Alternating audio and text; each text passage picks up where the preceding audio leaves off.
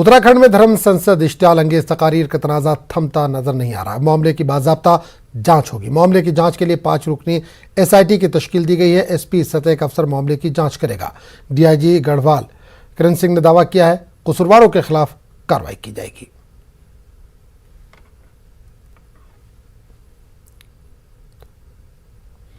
सुली deal के बाद एक बार फिर मुस्लिम ख्वातीन को निशाना बनाया जा रहा है। 1 जनवरी को एक नामालूम ग्रुप ने GitHub का इस्तेमाल करते हुए बुल्ली बाई नामी ऐप पर सैकड़ों मुस्लिम ख्वातीन की तस्वीर अपलोड की।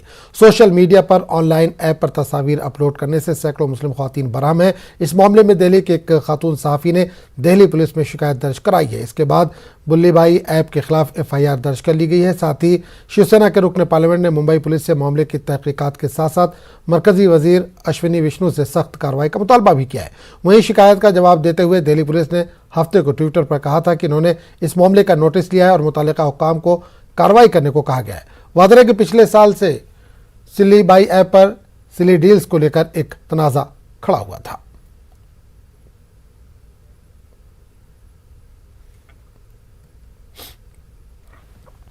एक जनवरी को शिवसेना रुकन पार्लियामान प्रियंका चतुर्वेदी ने कहा था कि अगर पहले से ही सख्ती की जाती तो आज ये नौबत नहीं आती। जब सबसे पहले ये सुल्ली डील्स का मामला आया था, जहां पे एक वेबसाइट के माध्यम से महिलाओं की नीलामी हो रही थी, महिलाओं की फोटोज का इस्तेमाल करके, खास करके एक कम्युनिटी को टारगेट करके कम्युनल टारगेटिंग हो रही थी, उनके बारे में अश्लील बातें हो रही थी, अभद्र भाषा का इस्तेमाल हो रहा था, उनको कमोडिटी की तरह यूज किया जा रहा था। तो मैंने इसके बारे में IT मिनिस्टर को लिखा था 30 जुलाई को, फिर 6 सितंबर को रिमाइंडर भेजा था, जिसका जवाब मुझे 2 नवंबर को मिला, जहां पे उन्होंने कहा कि इन साइट्स को ब्लॉक कर दिया है। पर साइट्स ब्लॉक करना एक प्रकार होता है, दूसरा होता है कि जो ये साइट्स बना रहे हैं उन पे किसी तरीके की कार्रवाई हो। जो कार्रवाई ना होते हुए आज हमने 1 जनवरी को फिर से ऐसा एक साइट देखा जहां पे बुल्ली डील्स के नाम से इनको किया गया। मैंने IT मिनिस्टर को फिर से रिक्वेस्ट की है कि आप जब तक ऐसे लोगों को, जो महिलाओं को इस तरीके से उनके बारे में बात करते हैं, टिप्पणियां करते हैं, उन पे कार्रवाई नहीं करेंगे तो ऐसी घटनाएं वापस होती रहेंगी। मैंने मुंबई पुलिस को, क्योंकि कुछ महिलाएं जो टारगेट हुई हैं वो मुंबई से होती हैं, तो मैंने मुंबई पुलिस कमिश्नर को भी इस बारे में कहा है and Mumbai police will be investigating it. I am grateful to the DGP Maharashtra as well as police commissioner Mumbai who have taken this up on a priority and इस पे इन्वेस्टिगेशन शुरू हो चुकी है। मैं उम्मीद करती हूँ कि जो इसके पीछे हैं, जो इस तरीके की अश्लील काम कर रहे हैं, उन पे किसी न किसी तरीके की सख्त कार्रवाई होगी। महाराष्ट्र के वजीर नवाब मलिक ने सुली डील और बुल्ली बाई ऐप की सरगर्मियों पर रद्दअमल दिया। इन्होंने मीडिया से खिताब करते हुए कहा कि तखरीबी सरगर्मियों को फ़रोग़ देने वाली वेब पोर्टल के खिलाफ मरकजी वज़ीर दाखिला से नुमाइंदगी की जाएगी। वो वेब पोर्टल इंतज़ामिया के खिलाफ सख्त कार्रवाई के लिए हर मुमकिन कोशिश की जाएगी। ऐसी लड़कियों का पोर्टल पे फ़ोटो के साथ जिस तरह से चीज़ें रखी गई उसकी हम निंदा करते हैं। इन लड़कियों में कुछ लड़कियां मुंबई शहर की भी हैं, उनकी मेरी फ़ोन पे बात हुई है। मैं स्वयं गृह मंत्री जी को पत्र लिखकर इन पे कार्रवाई करने की मांग करूंगा और मुकदमा दर्ज करके जो लोग इसके पीछे हैं, वो चाहे कितने बड़े क्यों ना हो, क्यों ही उनका कोई पॉलिटिकल अटैचमेंट क्यों ना हो, सभी लोगों पे कार्रवाई करने के लिए हम पूरी तरह से गृह मंत्रालय के माध्यम से प्रयास करेंगे और उन पे कार्रवाई करवाएंगे। कांग्रेस रुकन पार्लियामान डॉक्टर जावेद ने बुल्ली बाई के हवाले से न्यूज़ 18 पर ख़ास बातचीत की। उन्होंने कहा कि ख़वातीन के साथ ऐसा सलूक मुल्क के शबी को बिगाड़ने के मुतरादिफ है। हुकूमत बेटी बचाओ बेटी पढ़ाओ की बात तो करती है, मगर ऐसे मामलों में वो कार्रवाई नहीं करती। एक बार फिर से सुल्ली डील के जैसा मामला बुल्ली बाई के नाम से सामने आया है। हमारे साथ हैं member of parliament doctor Mohammad Javed साहब। जैसा आपने भी इस मामले को लेकर के ट्वीट किया है, क्या कंसर्न है? कंसर्न ये है कि जो कुछ क्रिमिनल्स हैं जिन पे एक्शन होना चाहिए, जिन पे संगीन पीनल सेक्शंस लगने चाहिए थे, वो खुलेआम नए नए तरीके से, नए नए प्लेटफॉर्म से कुछ महिलाओं को टारगेट कर रही हैं, खास करके मुस्लिम महिला। डॉक्टर साहब, जिस तरह का ये मामला है, कितना हमारे देश की छवि को खराब करने वाला है? देखिए, किसी भी मुल्क में अगर महिलाओं के साथ इस तरह का व्यवहार होता है, उस मुल्क की छवि बहुत ख़राब होती है। आजकल मीडिया और सोशल मीडिया ऐसा है कि एक गांव का न्यूज़ जो है पूरे दुनिया भर में फैल जाता है, और जो हमारे आदरणीय प्रधानमंत्री बार बार बेटी पढ़ाओ, बेटी बचाओ वगैरह वगैरह वगैरह, पता नहीं कौन कौन से नए नए नारे करते हैं, लेकिन उनकी सरकार ऐसे गंदे लोगों पे, ऐसे एंटी नेशनल लोगों पे कोई कार्रवाई नहीं करती है। लेकिन हम देख रहे हैं कि आपने एक फोटो भी ट्वीट किया है जिसमें गृह मंत्री अमित शाह के साथ आप दिखाई दे रहे हैं। देखिए, ये जून जुलाई का 2021 में जून जुलाई में ये मसला शुरू में हुआ था, जहां तक मेरे नॉलेज की बात है। तो इसको देखते हुए हमने लगभग 56 एमपी से, राज्यसभा, लोकसभा, अलग अलग पार्टियों के मेंबरान से दस्तखत करके आदरणीय होम मिनिस्टर जी के यहाँ टाइम लेके उनसे मिलके हमने ये चिट्ठी दी। हमें उम्मीद थी कि कार्रवाई होगी, लेकिन अनफॉर्चुनेटली उस पर भी कोई कार्रवाई नहीं हुआ। उसका नतीजा ये है कि 6 महीने बाद फिर से इस तरह का दोबारा घटना हो रहा है। इससे पहले स्पेशल सेल ने इस मसले पर एफआईआर दर्ज की थी। अब आप किस तरीके से इस मामले को क्या फिर सरकार को आप कहेंगे? नहीं, कल तो जैसे ही हमें हमारे नॉलेज में लाया गया, हमने आदरणीय होम मिनिस्टर को टैग करके रिक्वेस्ट किया कि इस पे संज्ञान लेने की ज़रूरत है। और आज कुछ ही देर पहले हमने होम मिनिस्टर साहब को पिछले हमारे चिट्ठी जो 56 एमपीज का सिग्नेटरी जो लेटर था उसका हवाला देके फिर रिमाइंड किया और उनसे अपील किया कि ऐसे एंटी नेशनल्स को इमीडिएटली सख्त से सख्त जो भी हमारे मुल्क का कानून है उसके दायरे में उसको पनिश करना चाहिए। जो हमारी इमेज बिगड़ रही है ये बीजेपी सरकार में पिछले 7-7.5 सालों में, इसको बचाने की ज़रूरत है। वरना जैसा कि आप जानते हैं, कुछ दिन कबल एक्स आर्मी चीफ और वाइस नेवी चीफ्स वगैरह ने जो ओपन लेटर प्रधानमंत्री जी को, राष्ट्रपति जी को, स्पीकर साहब इन लोगों को लिखी है, तो ज़रूर कुछ बहुत ही ख़तरनाक और भयानक वो लोग सोचते हैं अगले दिनों में आएगा। तो इसको रोकने के लिए तो इन पे, ऐसे लोगों पे इमीडिएटली एक्शन लेने की ज़रूरत है। तो अब ये पूरा मामला ट्विटर से आगे बढ़कर के गृह मंत्री अमित शाह तक दोबारा से पहुंच गया है। देखना ये होगा दिल्ली पुलिस ने जिस तरह की एफआईआर दर्ज की है, क्या जो कल्प्रिट्स हैं उनको कब तक गिरफ्तार किया जाता है। कैमरामैन अंकित जैन के साथ खुर्रम शहजाद, न्यूज़ 18 दिल्ली। कुपवाड़ा के केरन सेक्टर में 1 जनवरी को एलओसी पर दरअंदाजी की कोशिश को नाकाम बनाया गया। एलओसी पर तैनात चौकस जवानों ने एक दरअंदाज को हलाक कर दिया। महलूक की शिनाख्त पाकिस्तान के मोहम्मद शबीर मलिक के तौर पर की गई, जो कि असला और गोला बारूद से लैस था। दरअंदाज की लाश के पास से एक AK-47, 7 ग्रेनेड और दीगर सामान बरामद किया गया। पाकिस्तान से हॉटलाइन रब्ता करते हुए दरअंदाज की लाश वापस ले जाने के लिए कहा गया। फौज ने इसे पाकिस्तान के बॉर्डर एक्शन टीम की कार्रवाई करार दिया। ऐसी इतलात है कि दरअंदाजी की मजीद कोशिशें हो सकती है, ताहम सरहद पर फौज पूरी तरह से चौकस है। In complete breach of the ceasefire understanding arrived at between the two DGMOs, one armed intruder who was dressed in a Pathani suit and a black jacket, he was detected moving from areas under the control of Pakistan Army across the line of control at around 1500 hours yesterday.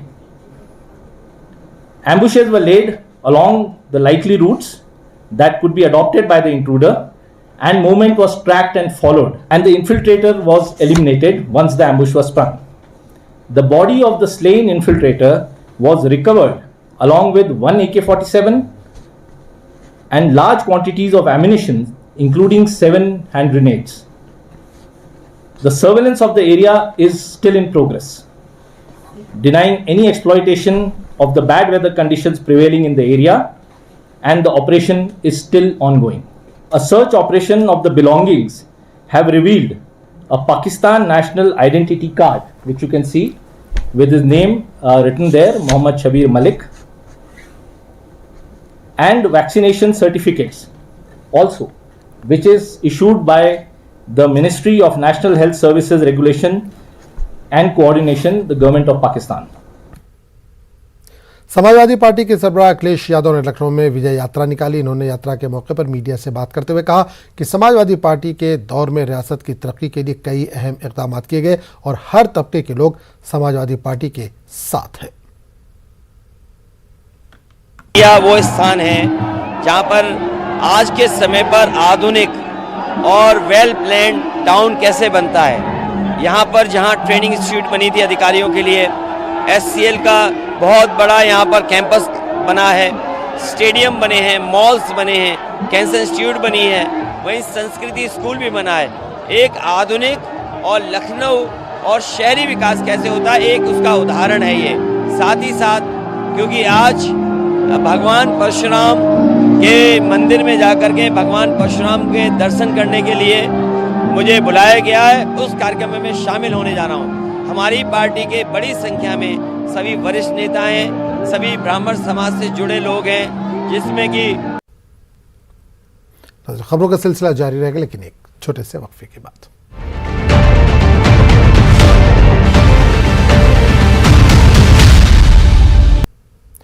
मुल्क में corona का दायरा वसी से वसीतर होता जा रहा है। कोरोना के 27,553 नए मामलों की तस्दीक हुई है, जबकि 24 घंटों के दौरान 9,249 मरीज अस्पतालों से डिस्चार्ज हुए हैं। वहीं 24 घंटों के दौरान 284 अफराद कोरोना से फौत हुए हैं। मुल्क में 1,22,801 एक्टिव मामले हैं। दूसरी तरफ ओमिक्रॉन के मामलों की तादाद 1,525 तक पहुंच गई है।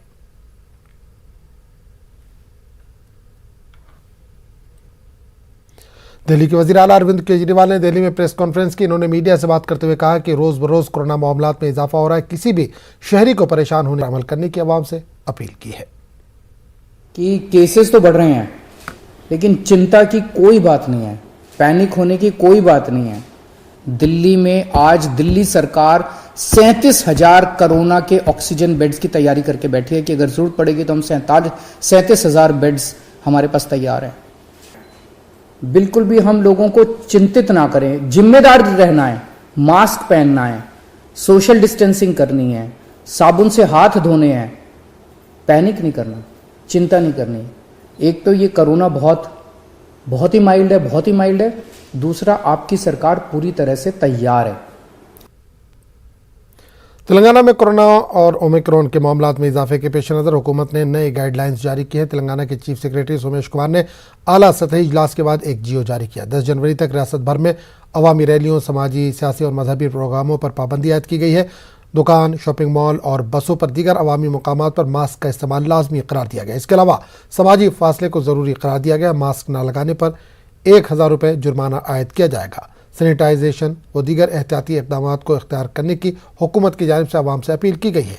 इजलास में चीफ सेक्रेटरी सोमेश कुमार के साथ DGP महेंद्र रेड्डी के अलावा महकमे सेहत और दीगर ओहदेदार शरीक थे।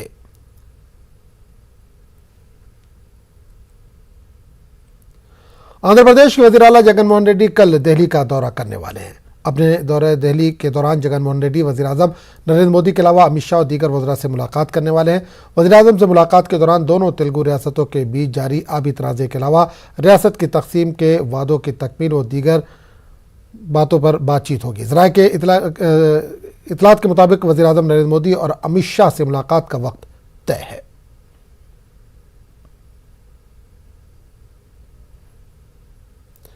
दिल्ली में 15 से 18 साल की उम्र के बच्चों को वैक्सीन लगाया गया। वैक्सीनेशन सेंटर में बच्चे वैक्सीनेशन लेने पहुंचे तो वहां का माहौल देखने के बाद वैक्सीन के बारे में इनमें जो खौफ था वो ख़त्म हो गया। वैक्सीनेशन सेंटर में बच्चों के लिए किताबें, म्यूजिकल इंस्ट्रूमेंट के अलावा दीगर तफरीही सामान रखे गए थे। बच्चों ने वैक्सीनेशन सेंटर पहुंचकर इत्मीनान का इजहार किया।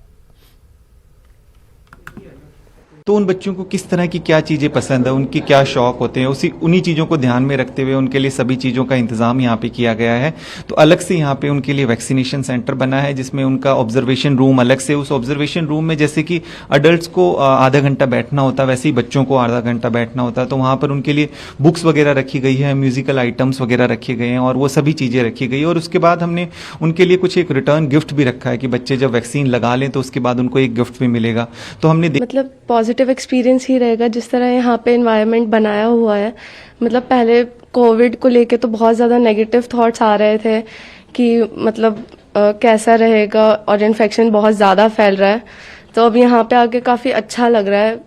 मतलब इन्वायरमेंट काफ़ी अच्छा बनाया हुआ है, तो होगा जो भी अच्छा ही होगा। हाँ मतलब पहले तो थोड़ी थी, क्योंकि सब बोल रहे थे इंजेक्शन लगने के बाद थोड़ी सी तबीयत वगैरह ख़राब हो जाती है, बट अब यहाँ पे जब यहाँ पे आके एनवायरनमेंट देखा तो अच्छा फील हो रहा है कि डर सा नहीं है। पहले डर था कि वैक्सीनेशन लगाने के बाद कैसा मतलब दर्द वगैरह या फिर तबीयत वगैरह ख़राब होगी, तो अब यहाँ पे यहाँ का माहौल देख के ऐसा कुछ भी डर नहीं है, बट अच्छा फील हो रहा है।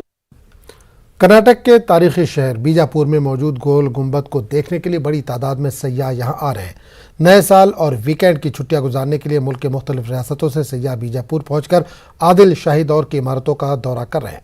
मोहम्मद आदिल शाह का मकबरा गोल गुंबद इंडो इस्लामिक फ़न तामीर का उम्दा नमूना है। ये इमारत अपने सौते निज़ाम के लिए दुनिया भर में मशहूर है। यहाँ आज भी एक पुकार की गूंज 7 से ज़्यादा बार सुनाई देती है। मास्क और कोरोना के दीगर तदाबीर के साथ गोल गुंबद में दाखिल होने की इजाज़त दी गई है। कोरोना वबा और लॉकडाउन की वजह से यहाँ सयाह की आमद पर पाबंदी थी, लेकिन गुज़िश्ता चंद माह कबल गोल गुंबद के दरवाजे दोबारा सयाहों के लिए खोल दिए गए। अब बड़ी तादाद में लोग इस तारीखी इमारत को देखकर खुशी का इजहार कर रहे हैं।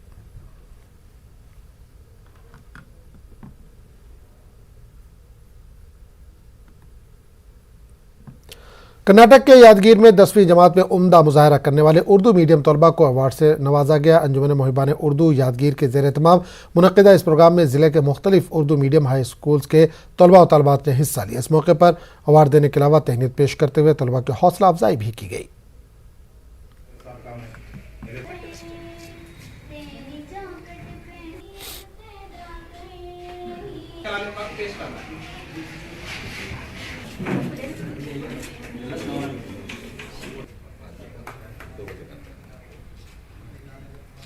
इसकी तरफ भी जो है ये खिदमत को अंजाम पहुंचाएं। और बच्चों से मैं ये एक मुतालबा करता हूं और अजीज़ाना गुजारिश भी करता हूं, उर्दू के साथ साथ जो है दीगर लैंग्वेजेस को में भी जो है महारत हासिल करने की कोशिश करें, ताकि दूसरों की भी जो है तहज़ीब को भी हम अपना सकें और अपने ख़यालात को और बुलंद और ज़्यादा जो हैं उसको हम बढ़ा सकें, ताकि कामयाबी हासिल करने में आसानी हो। इंशाल्लाह बच्चों की तरक्की के लिए, उर्दू की तरक्की के लिए इस तरह के प्रोग्राम हर साल करेंगे। इसी तहनीती प्रोग्राम के अलावा अंजुमन मोहिबान उर्दू ये कोशिश करेगी कि आने वाले सालों में कैरियर गाइडेंस प्रोग्राम, बच्चों को 10th के बाद क्या पढ़ना चाहिए, बच्चों को PUC के बाद क्या पढ़ना चाहिए, किस तरह उनको आगे की ज़िंदगी को रोशन करना है, किस तरह से तालीम हासिल करना है, किस तरह में जाएं, इंजीनियरिंग करना है तो कैसे जाएं, डॉक्टरी करना है तो कैसे जाएं, उस तरह के कैरियर गाइडेंस प्रोग्राम मुनक़िद करेंगे। कई तरह के दूसरे मंसूबे होते हैं, उस तरह के तमाम मंसूबों पर इंशाअल्लाह अंजुमन तरक्की उर्दू। हैदराबाद के इलाके नामपल्ली में कुल हिंद सनती नुमाइश का आगाज़ हो गया। 1 जनवरी से 15 फरवरी तक जुमला 46 दिनों तक ये नुमाइश जारी रहेगी, जिसमें कश्मीर से लेकर कन्याकुमारी तक के ताजिर ने अपने स्टॉल्स लगाए। रियासती गवर्नर तमिलिसाई सौंदरराजन के हाथों 81वें नुमाइश का इफ्तिताह हुआ। इफ्तिताही तकरीब में वज़ीर दाखिला मोहम्मद महमूद अली के अलावा दीगर भी शरीक थे। नुमाइश मैदान में कोरोना टीकाकारी का सेंटर कायम करने पर गवर्नर ने मसरत का इज़हार किया। वज़ीर दाखिला ये नुमाइश तकरीबन 46 डेज तक चलती रहती है। इसमें खास तौर से म्यूजिकल शो, मैजिक शो और मुशायरे भी शामिल होते हैं। मैं तमाम आवाम से ख्वाहिश करता हूँ कि इस एग्जीबिशन को ज़रूर तशरीफ़ लाएँ।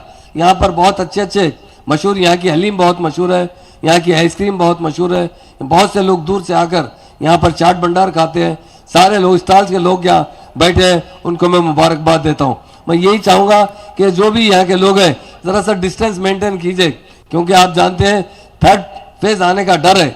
मगर हम अल्लाह से दुआ करते हैं, खुदा से दुआ करते हैं कि हमारी स्टेट में 3rd फेज ना आए। हमारे एहतियात ज़रूर करें, क्योंकि काफ़ी लोग, हमारे स्टॉल ओनर्स काफ़ी पैसा खर्च कर यहाँ पर स्टॉल लेते भी हैं, स्टॉल में बहुत सा सामान भी रखते हैं। हमारी यही कोशिश है कि वो अच्छे से कारोबार करें, एग्जीबिशन सोसाइटी को भी अच्छी तरीके से इनकम हो, ताकि वो एजुकेशन इंस्टीट्यूशन जो चलाते हैं उसमें उन्हें मदद मिले। Came to this campus. I am very happy as a governor. Exhibition is organized in this campus, and I am very happy as a doctor. Along with exhibition, vaccination is also conducted. So I really appreciate your efforts taken for the safety of the people of Telangana. And as it is said by our state honorable minister for home, This exhibition is not only for entertainment but is also for education. And I appreciate the students, more than 18,000 students are benefited by this exhibition, and pre-independent era itself the exhibition has initiated. And I also appeal to the people to visit the exhibition, because the people from the entrepreneurs, from the enterprises from Kashmir to Kanyakumari are participating in that, in this exhibition. And this exhibition is not only a trade exhibition, entertainment exhibition, but indicates the unity of our country. Telangana भर में corona की guideline पर अमलावरी के अहकामात जारी कर दिए गए हैं। चीफ सेक्रेटरी सुमेश कुमार ने तमाम अजला के अहदेदारों को अहकामात जारी कर दिए। कोरोना की गाइडलाइन पर सख्ती से अमलावरी का हुक्म जारी कर दिया गया है। नई गाइडलाइन के मुताबिक तमाम अजला में जलसे और रैलियों पर पाबंदी आयद कर दी गई है। अवामी मुकामात पर मास्क न पहनने वालों को 1000 रुपये का जुर्माना आयद किया जाएगा। इसके अलावा बसों में सफ़र के दौरान दुकानों और शॉपिंग मॉल में मास्क का इस्तेमाल लाजमी है। कानून की खिलाफ वर्जी करने वालों के साथ सख्ती से निपटा जाएगा।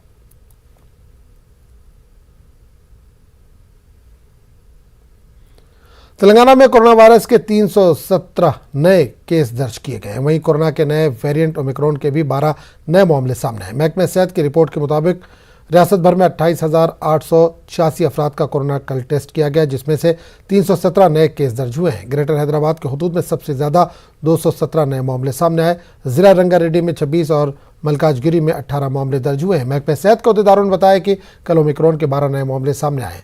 रियासत भर में ओमिक्रॉन से मुतासरा मरीजों की तादाद 79 हो गई है।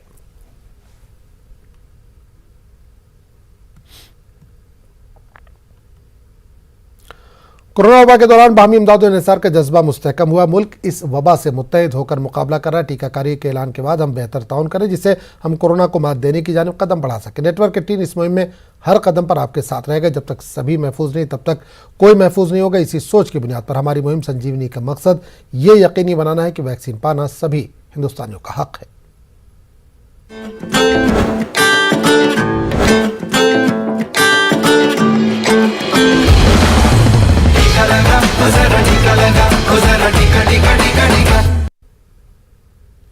तो इस बुलेटिन में फिलहाल इतना ही। अगले बुलेटिन में आपसे फिर मुलाकात होगी। तब तक के लिए इजाजत दीजिए।